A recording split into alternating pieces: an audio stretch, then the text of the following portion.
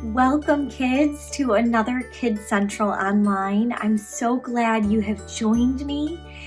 And today is such a special day. Do any of you guys know why? Yes, we are celebrating Easter. And Easter isn't truly about bunnies and eggs and candy. Easter is the day that we celebrate Jesus raising up from the dead.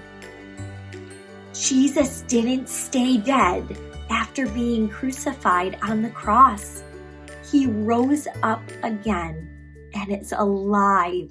That is such good news. So today, instead of reading out of the Gospel Story Bible, we're going to be reading out of a special book. One that I love. I've read to my kids many times. And I'm sure you guys are familiar with it. It's called the Jesus Storybook Bible. And we are going to read the story of Easter. The first part of the story is called Servant King. It was Passover. Now we've talked about Passover. When it says in this story it was Passover, it doesn't mean it was the time when the Israelites were in Egypt and the death angel passed over the houses of the Israelites who had the blood of a lamb on their doorpost. It's talking about the meal and the celebration that the Israelites had done from that point in Egypt throughout many generations, all the way up until Jesus' time.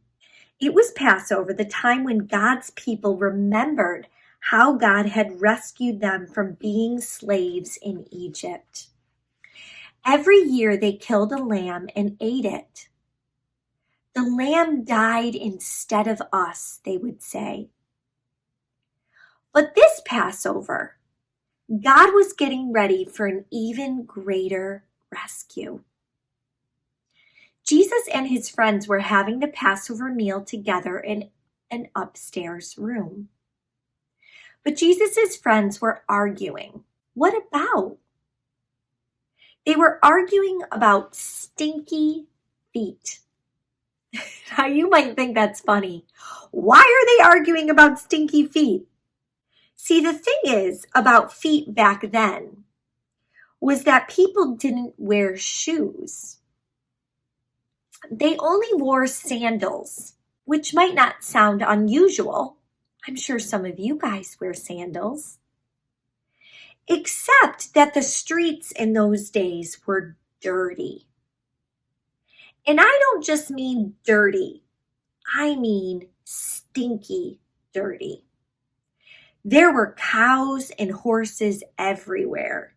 And you can imagine the stuff on the street that ended up on people's feet. So anyway, someone had to wash away the dirt. But it was a dreadful job. Who on earth would ever dream of volunteering to wash stinky, smelly feet? What about you? Do you think you would volunteer to wash stinky, dirty feet? This job was usually done by the lowliest servant. See, when people came into houses in that day, a servant would wash their feet before they could enter the rest of the house. They needed clean feet so they wouldn't get that stinky, dirty, yucky stuff everywhere. I'm not a servant, Peter said. Nor am I, said Matthew. Quietly, Jesus got up from the table, took off his robe, picked up a basin of water, knelt down, and started to wash his friend's feet. You can't, Peter said. He didn't understand about Jesus being the servant king. "If you don't let me wash away the dirt, Peter," Jesus said, "you can't be close to me." Jesus knew that what people needed most was to be clean on the inside. All the dirt on their feet was nothing compared to the sin in their hearts. "Then wash me, O Lord," Peter said, tears filling his eyes. "Wash all of me." One by one, Jesus washed everyone's feet. "I am doing this because I love you," Jesus said. "And I want you to do this for each other." Now, one of Jesus's friends had made a bad plan. No one else knew what the bad plan was, but Jesus knew. And so did Judas. Judas was going to help the leaders capture Jesus for 30 pieces of silver. "Go on, Judas," Jesus said. And Judas got up from the meal, left the room, and walked out into the night. Then Jesus picked up some bread and broke it. He gave it to his friends. He picked up a cup of wine and thanked God for it. He poured it out and shared it. "My body is like this bread. It will break," Jesus told them. "This cup of wine is like my blood. It will pour out." But this is how God will rescue the whole world. My life will break and God's broken world will mend. My heart will tear apart and your hearts will heal. Just as the Passover lamb died, so now I will die instead of you. My blood will wash away all of your sins, and you'll be clean on the inside in your hearts. So whenever you eat and drink, remember, Jesus said, "I've rescued you." Jesus knew it was nearly time for him to leave the world and to go back to God. "I won't be with you long," he said. "You are going to be very sad, but God's helper will come. I'm sending him to you.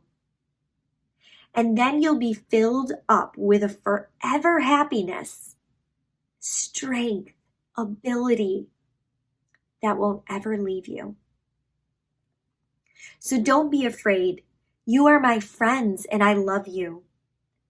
Then they sang their favorite song and walked up to their favorite place, an olive garden. The next story is called A Dark Night in the Garden. The wind was picking up now, blowing clouds across the moon, shrouding the garden in darkness. "Stay up with me?" Jesus asked his friends. They said yes and waited under the olive trees. But they were tired, and soon they fell asleep. Jesus walked ahead alone into the dark. He needed to talk to his heavenly Father. He knew it was time for him to die. They had planned it long ago, he and his Father. Jesus was going to take the punishment for all the wrong things anybody had ever done or will ever do. Even though Jesus was God, he was also man. He was scared to die on the cross. And "Papa, Father," Jesus cried, and he fell to the ground. "Is there any other way to get your children back? To heal their hearts? To get rid of the poison?" But Jesus knew there was no other way. All the poison of sin was going to have to go into his own heart. God was going to pour into Jesus' heart all the sadness and brokenness in people's hearts. He was going to pour into Jesus' body all the sickness in people's body. God was going to have to blame his Son for everything that had gone wrong. And it would crush Jesus. But there was something else, something even more horrible. When people ran away from God, they lost God. It was what happened when they ran away. Not being close to God was like punishment. Jesus was going to take that punishment. Jesus knew what that meant. He was going to lose his Father, and that Jesus knew would break his heart in two. Violent sobs shook Jesus' whole body. Then Jesus was quiet like a lamb. I trust you, Papa. Whatever you say, I will do. Suddenly, through the trees, a glitter of starlight flashed off steel. Into the quiet garden came whispers, muffled voices, clanking metal, and the sound of boots marching.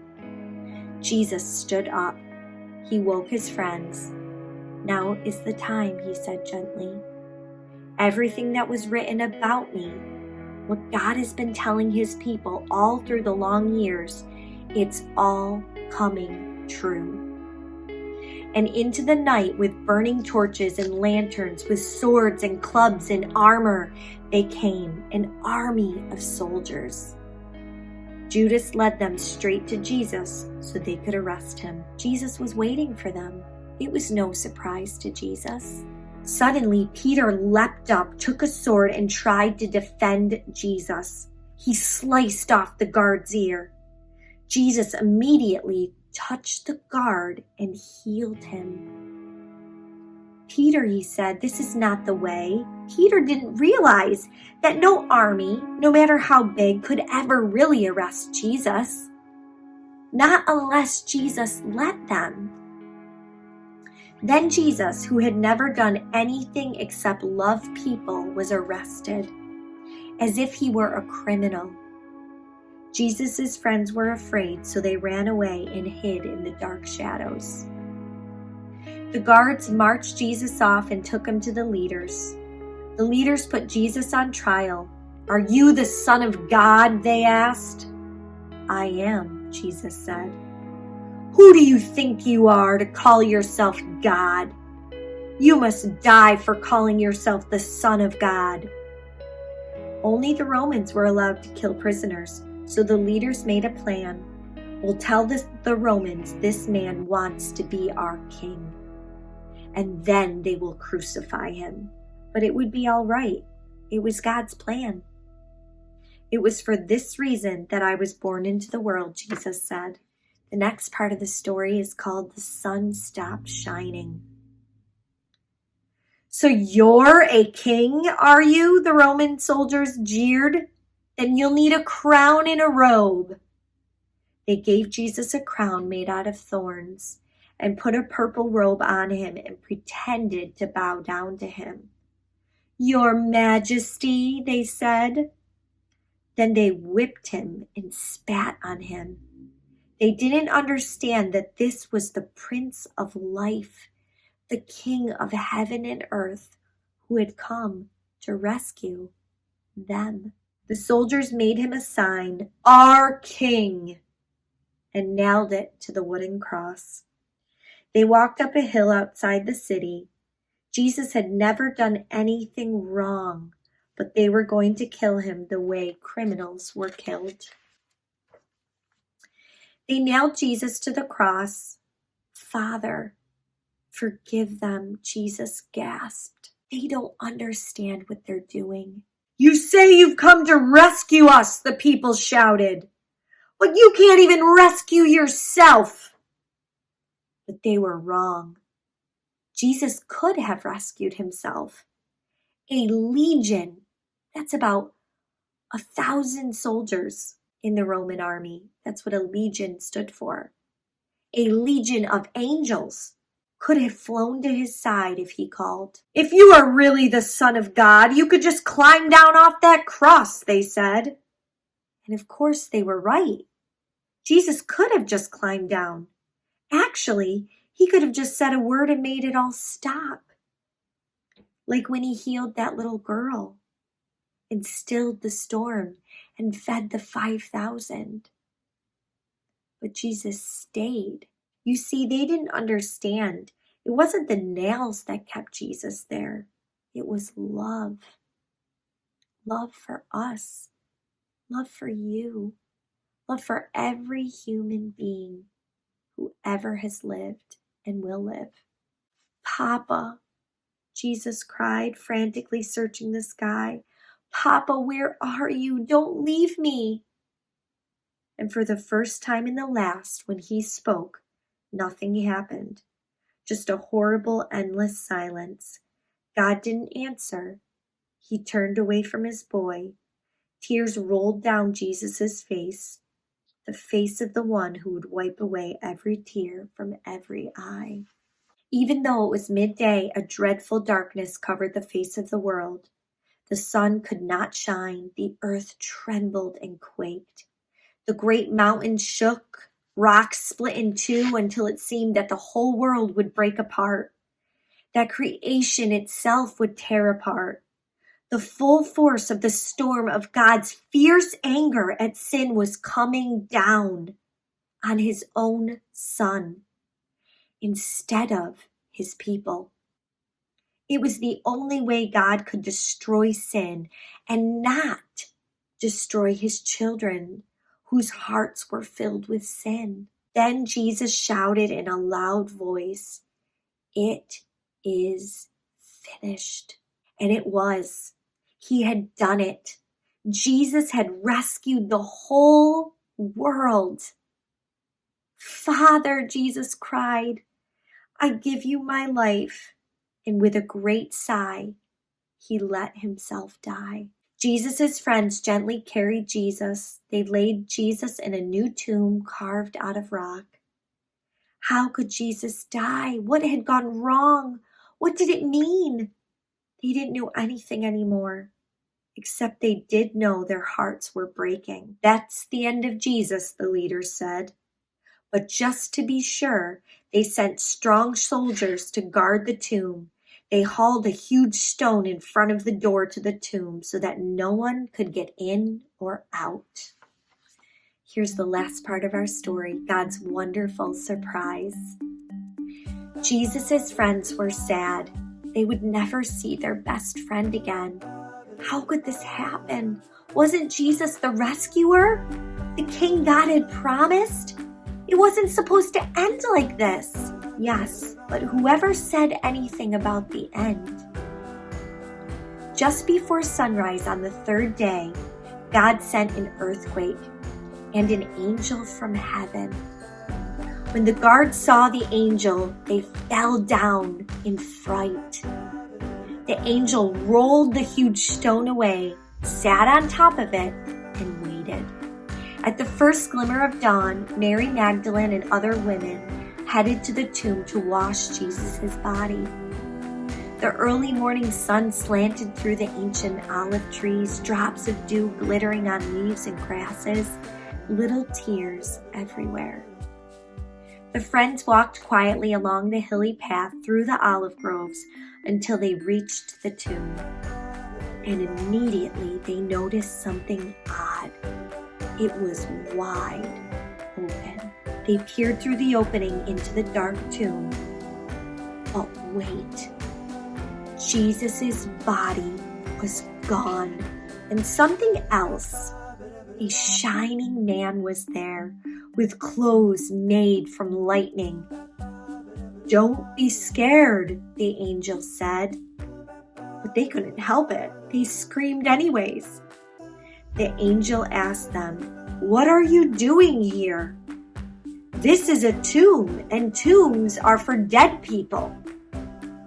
The woman couldn't speak. "Jesus isn't dead anymore," he said. "He's alive again." Their hearts leapt.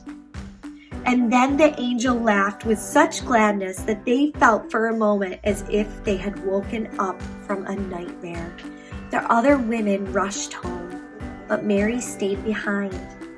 How could it be true?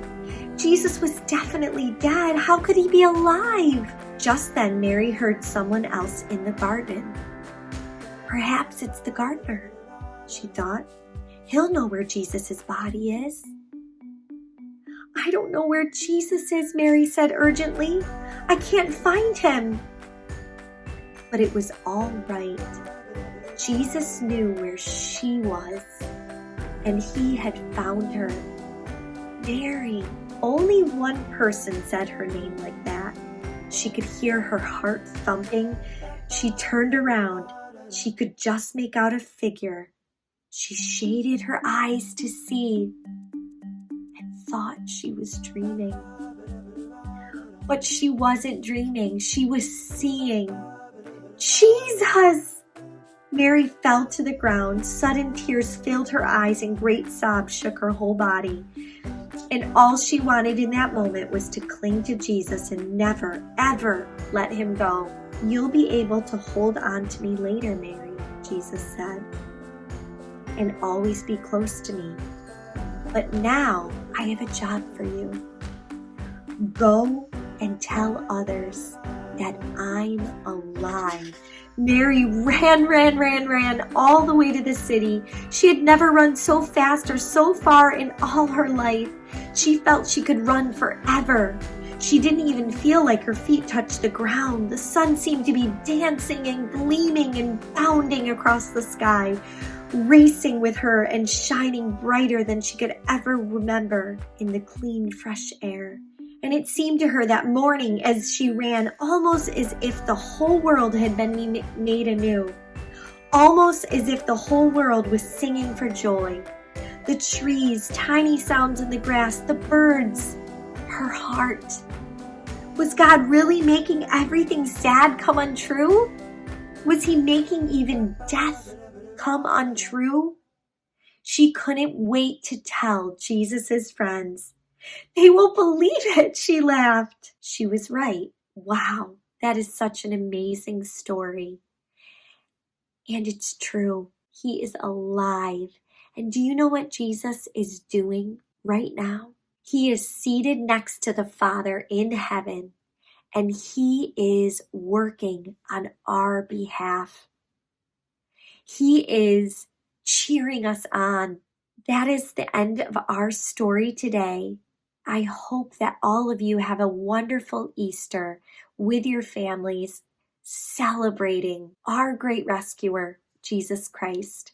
Thank you for joining me today, and I will see you right back here for another Kids Central Online next week. Take care.